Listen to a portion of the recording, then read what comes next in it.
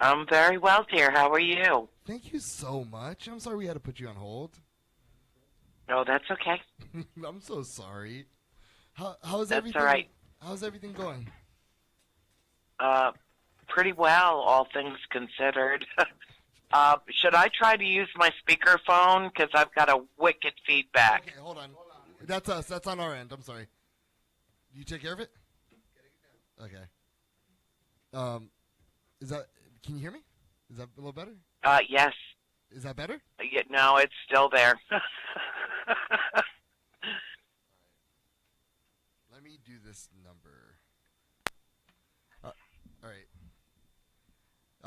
Okay. Is this better? Let's see. We'll see if there's anything. I think you nailed it. You nailed it. Very good. All right. So we have Andrea Perron. Perrin, who was the oldest daughter. If you've seen the movie The Conjuring, um, I watched the movie last night just to get a little more familiar, and I've engulfed myself with you and your story and your book for the past 4 or 5 days because I really wanted to do the interview justice. Thank you. No, it's impossible to read all three books in 5 days. I know that. But if you got, even a sense of the differences between the film and the actual true story, they really are, very significant. It was, the film was predominantly fictionalized, but my whole true story is written in my 3-volume series, House of Darkness, House of Light, and it covers more than 10 years. So we were there at the house. The movie makes it look like we were there for maybe 10 weeks, but no, we were there for a decade, and it was a truly remarkable experience. When I saw that, the first thing I wanted to ask you is, like, now that you've experienced this, did you before or do you now believe in God? Oh, absolutely. Always. I mean, one of the injustices I'm afraid that the film did was it juxtaposed the devout Roman Catholic Warrens against what I'm afraid the audience perceived to be the godless heathen parents. And nothing could have been further from the truth. We were all born and raised Catholic. And my father, had he not met my mother, was going to go into the seminary and become a priest. That's my story too. I was gonna be a priest, and I ended up leaving the seminary. I was about to go to seminary, but then I chose the military. My father went into the military, and then he was going to go into the seminary. Um, yeah, and then while he was in the military, he met my mom. Should I turn my volume down, honey? Can everybody hear me okay? Because it's bouncing right back at me again, Okay. so I sound like I'm only talking to me. No, we can hear you. It's perfect. But here, hold on. Turn it off all the way. The thing. It is okay. Is that better? Let's see. Yes, Okay. Thank you. that's better. Thank you. All right. It was my guy Thanks. Dennis. I'm so sorry. I don't mean to take away from any of our time. It's extremely distracting, and I want to be able to focus on every question you ask me. Okay. No, it's no problem at all. All right. So, how do you, in your head, like you've had so much time? Oh, how many years ago did this all happen? Well, I'm 6 months away from turning 60 years old, and when we moved into that house, I was 12. All right. So you've had lots of time to mull it over and to think about what happened. How, like, is there at all possible a scientific way, a scientific view of, or anything scientific that can explain what you experienced in that house? Oh, I'm sure of it. I'm sure. One of my favorite quotations is that magic is just science we don't understand. I really do believe that there is a scientific explanation for virtually everything in creation. But it was interesting that, the whole notion of anything spirit or ghostly never even occurred to, it was never a topic of conversation in our family. The closest we ever came to ghosts was when we wore a white sheet with holes cut in it for Halloween. I mean, really, that was it. We were just little kids. Yeah. My baby sister, April, was 5 years old when we moved to the farm, and I was 12.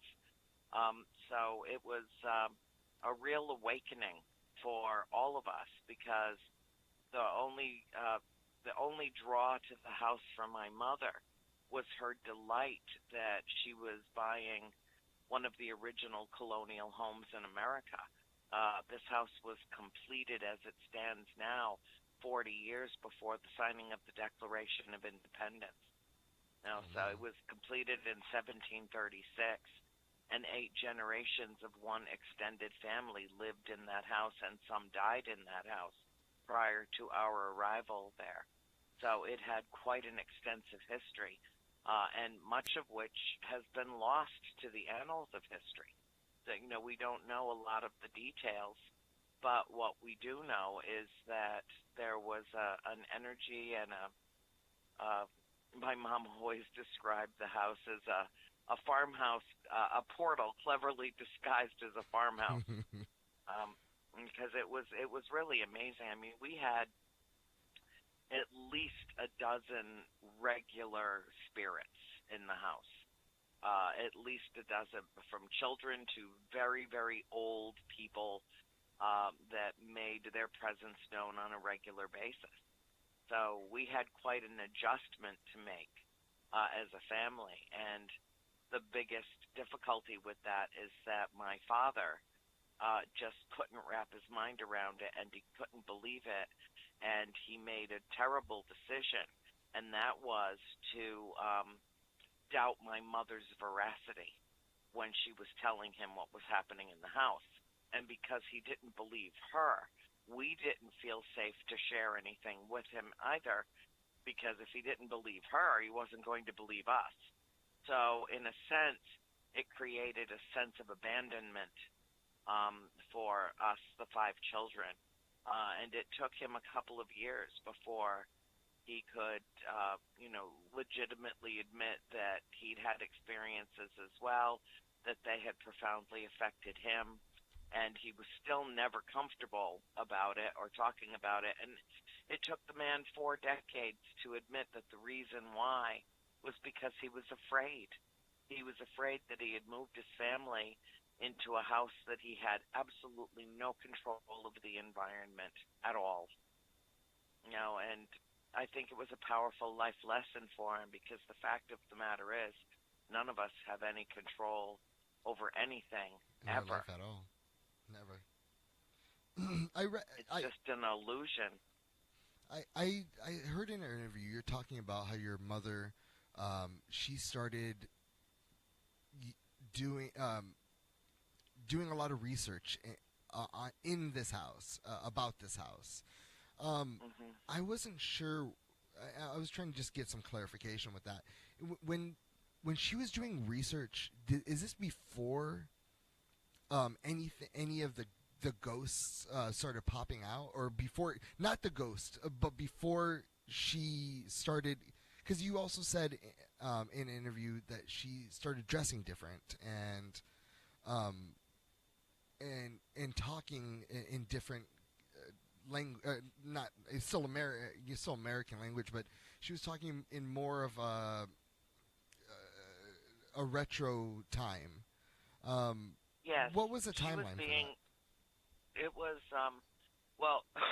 her interest in the in-depth history of the house was actually triggered by a local historian that lived on a nearby farm.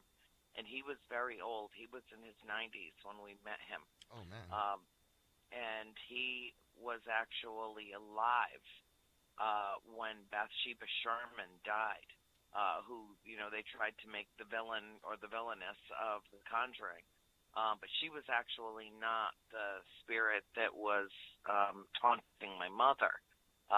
That spirit was dead long before Bathsheba was ever born, Oh. based on the archaic use of the language that she used to threaten my mother that was already out of favor in the 1800s during Bathsheba's lifetime.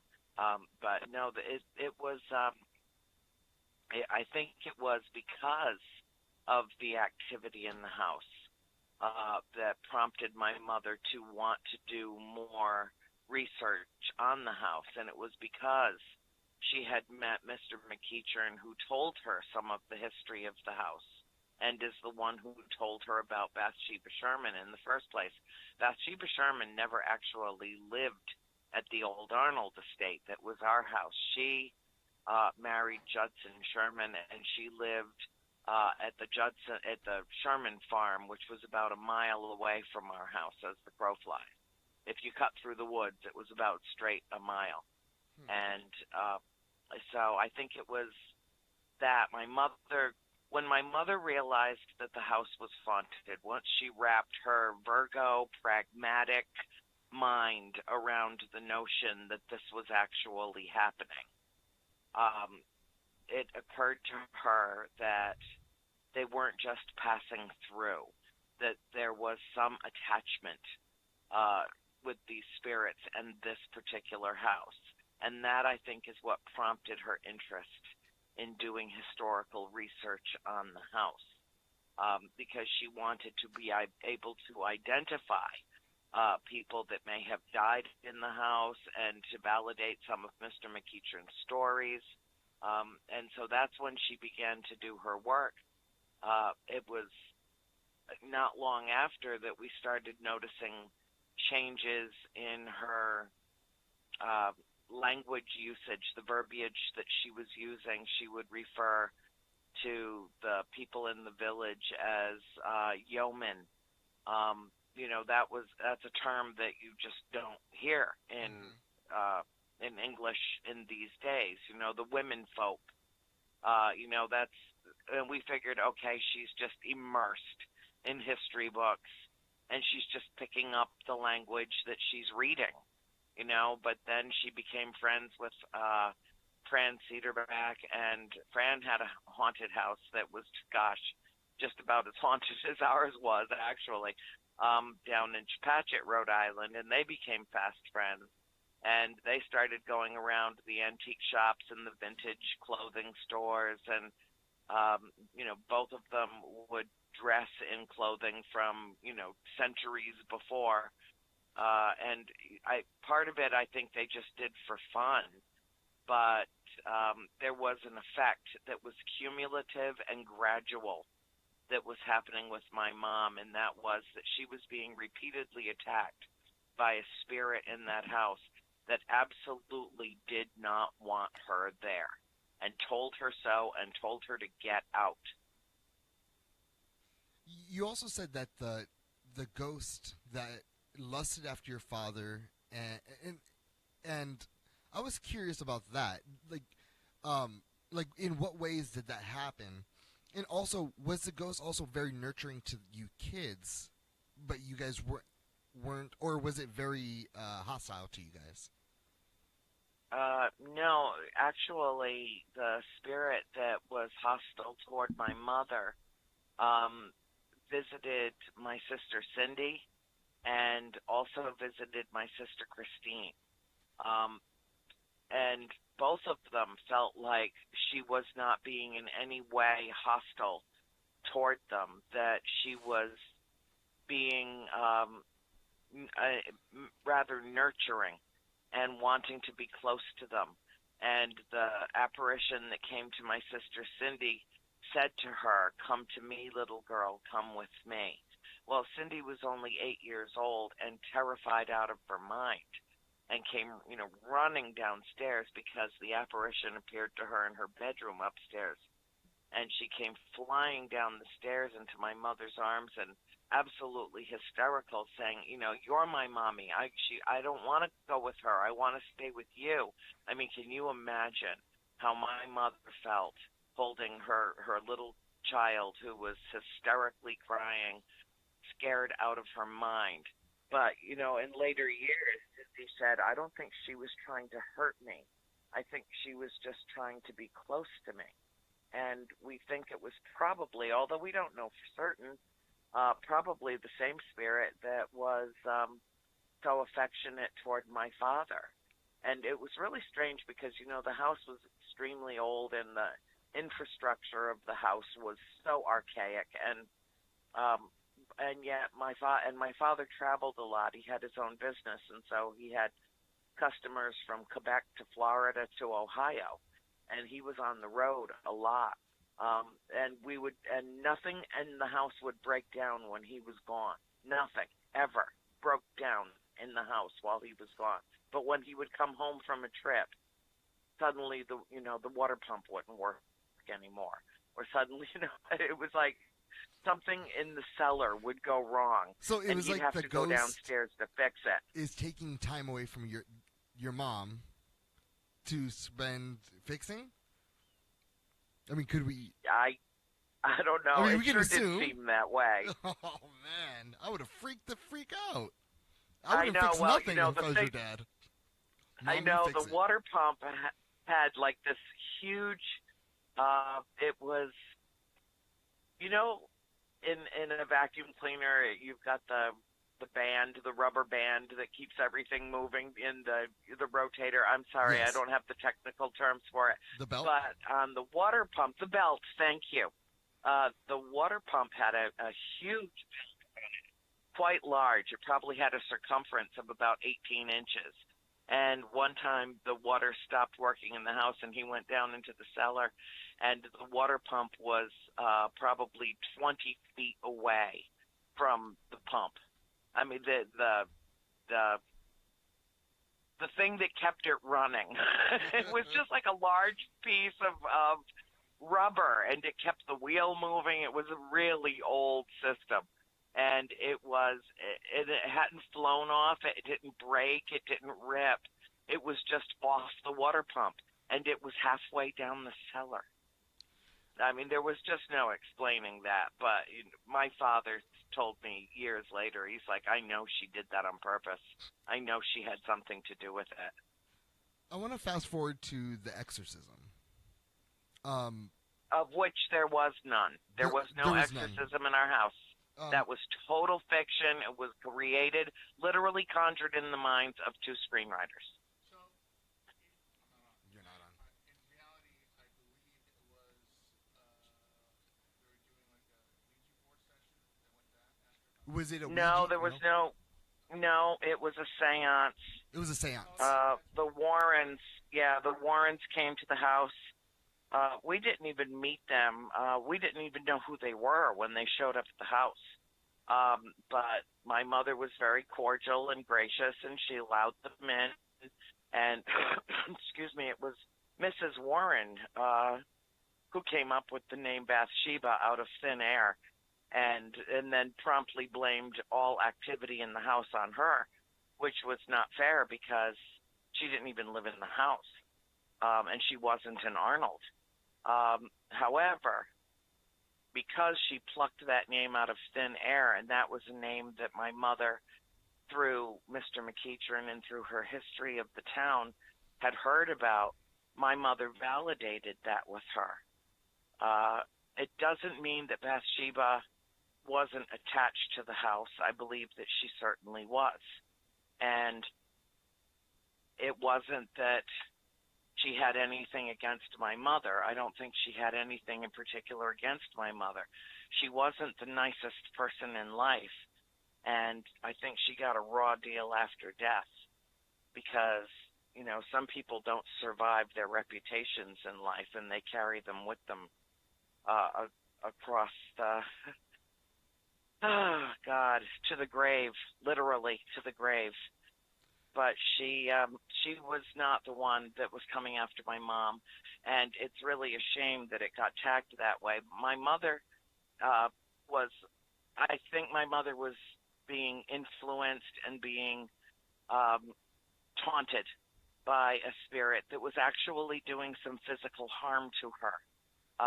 It was that was the most terrifying thing to me living in the house because I was never physically attacked in the house under any circumstances. I had no problem with any of the spirits. But my mother did with this one female spirit that appeared to her repeatedly. And she was hurt several times. It was the Warrens that said that it was necessary to do a seance in the house to dispel, to identify the spirit that was the culprit and to dispel the spirit. And my father didn't want anything to do with it. He didn't want them there.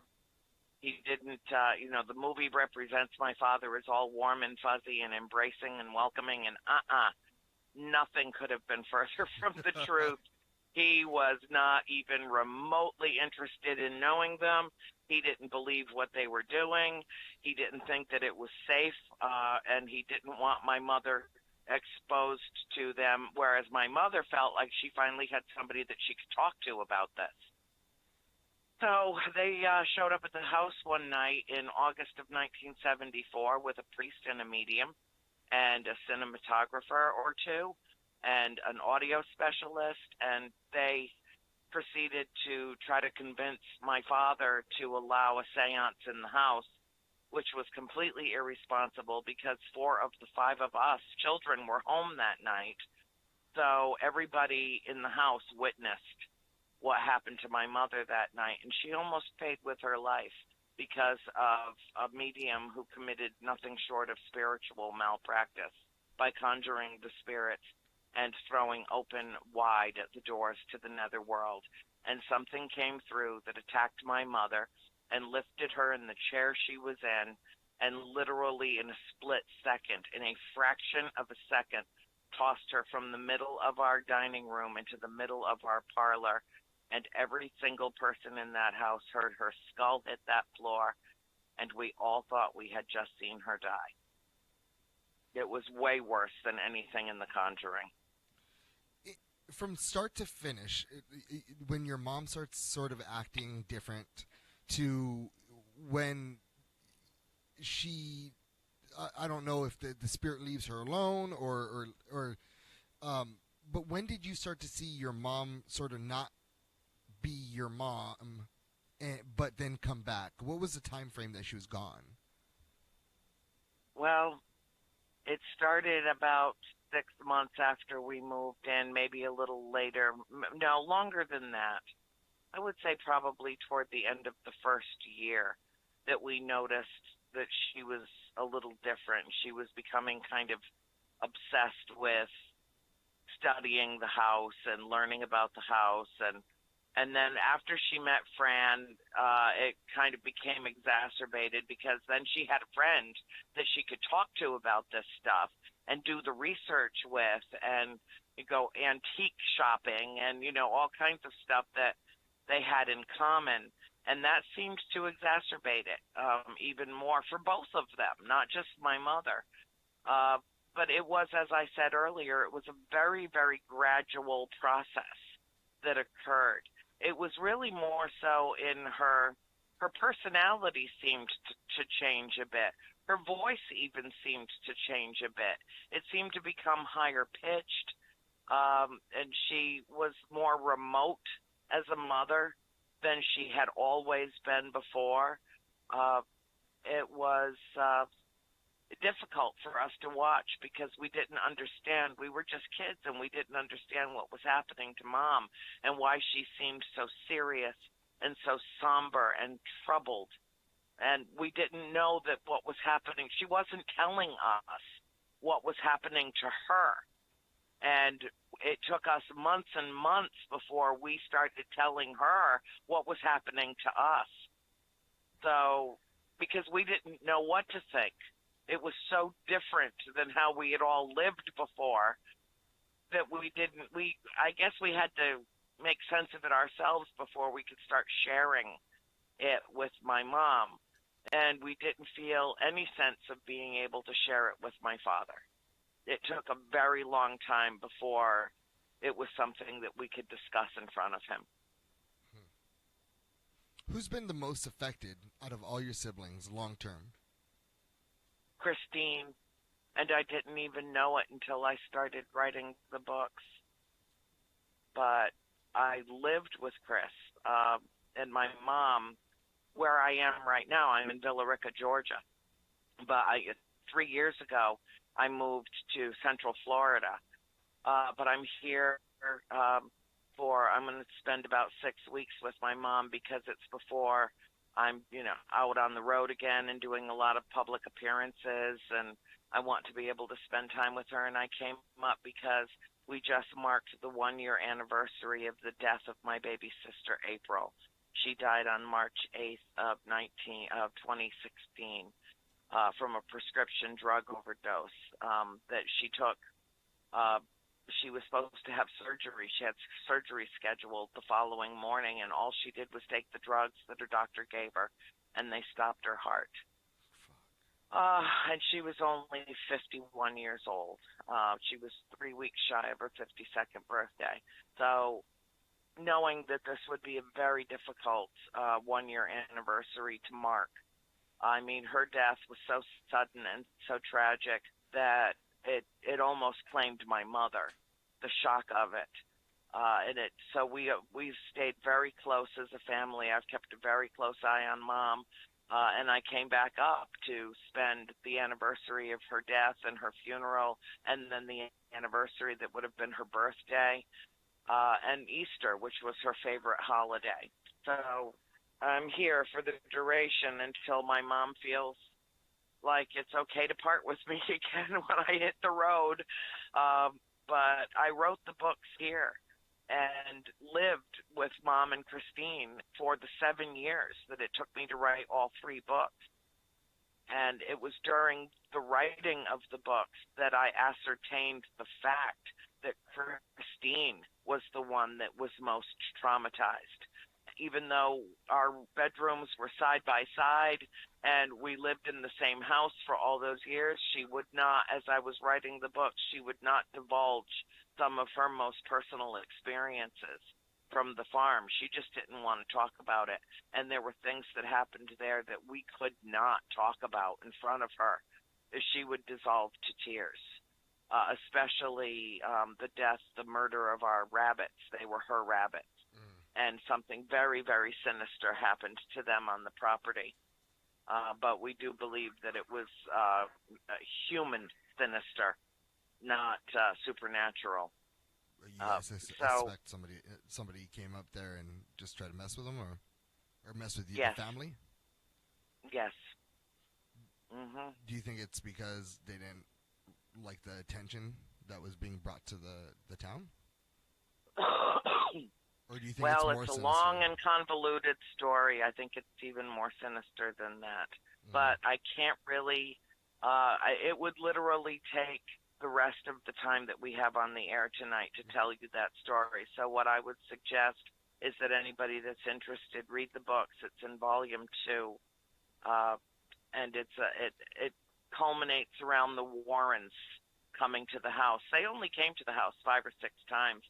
And Mrs. Warren did admit to me many years later at the premiere of the film that she and Ed were in over their heads right from the beginning with our case. It's why they used our story for the first of the series of films of the case files of the Warrens, because before Ed died in 2006, he asked Lorraine to make sure that while she was still earthbound, that she got our story told, because he said, in his own words, it was the most intense, compelling, and significant of all of the investigations they ever conducted over 40 years as paranormal researchers. Okay, I have 2 more questions for you. The first question is, at the end of the movie, Ed, he adds the music box to the collection of things him and Lorraine have saved from past cases. What is that? Is that exactly how it went? Is there a different story to it? I really hate to burst your bubble, honey. I really do, but I got to tell you the truth. Maybe 5 5% of The Conjuring is accurate to our story. Okay. And the rest of it was made up in the minds of two screenwriters who read the books and were so terrified by the story and tried to integrate elements of the truth. We did. The big boss at Warner Brothers sent the screenplay back and said, tone this down, it will run people out of the theater. There's not a single scene in The Conjuring that comes from any of my books, not one. All right. Here's my final question for you. I'm gonna go two-part question. Have you seen? I would assume evil in Yes. the seance. Have you, Yes. on the same token, experienced full good? Yes, much, much more so. And because I've seen the darkness, I choose to live in the light. You know, it's not a bumper sticker. It's a metaphor for my life. I have seen evil, pure, unadulterated evil. I saw something come into my mother's body that was not of this world. It spoke in a language that doesn't exist on the planet. It threatened everyone in the room, and it had all the power it could ever have needed to claim her life that night. It didn't want to kill her. It wanted to make its presence known to everyone else in the room, particularly the Warrens, and it did so very successfully. Jeez. All right, last question. This is the last question now. Have you ever... when's the last time you were visited? By a spirit? Yes. Or demons? This morning. Okay. Take me through that. I have experiences regularly. I mean, once that door is opened, it's never closed again. You know, to be touched by spirit is really a blessing. It's not a curse. My sister, April, has been around all of us. She's terribly sorry. She didn't know she died. My sister Cindy had to tell her she was dead. She appeared to Cindy the next morning after her daughter found her body when she went to pick her up to take her to the hospital. And within an hour, Cindy had a visitation from her. And she said April was absolutely radiant. All of her pain was gone. She looked like she was maybe in her early 20s. And she was confused, and she didn't understand why all the pain was gone. And Cindy had to tell her it was because she had crossed. Have you asked her, like, or what happens when you die? Have you guys tried to talk to her about that?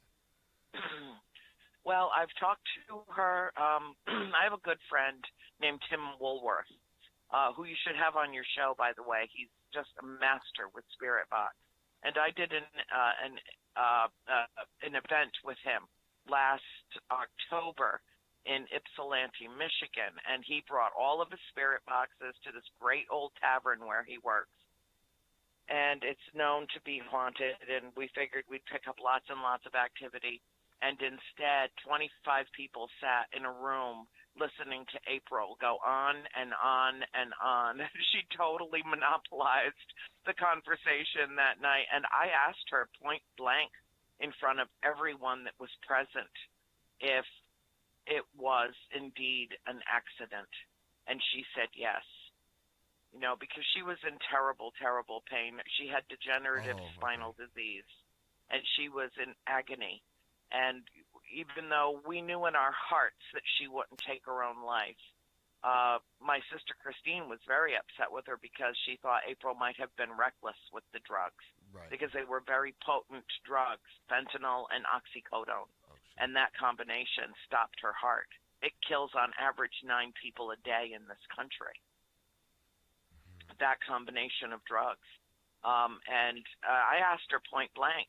And I asked her if she was happy. I asked her if she was out of pain. I asked her what it was like, and she said it is beautiful. I mean, it was Tim recorded the whole thing. I can't really even bear to listen to it. It's too painful still. It's too fresh and too raw.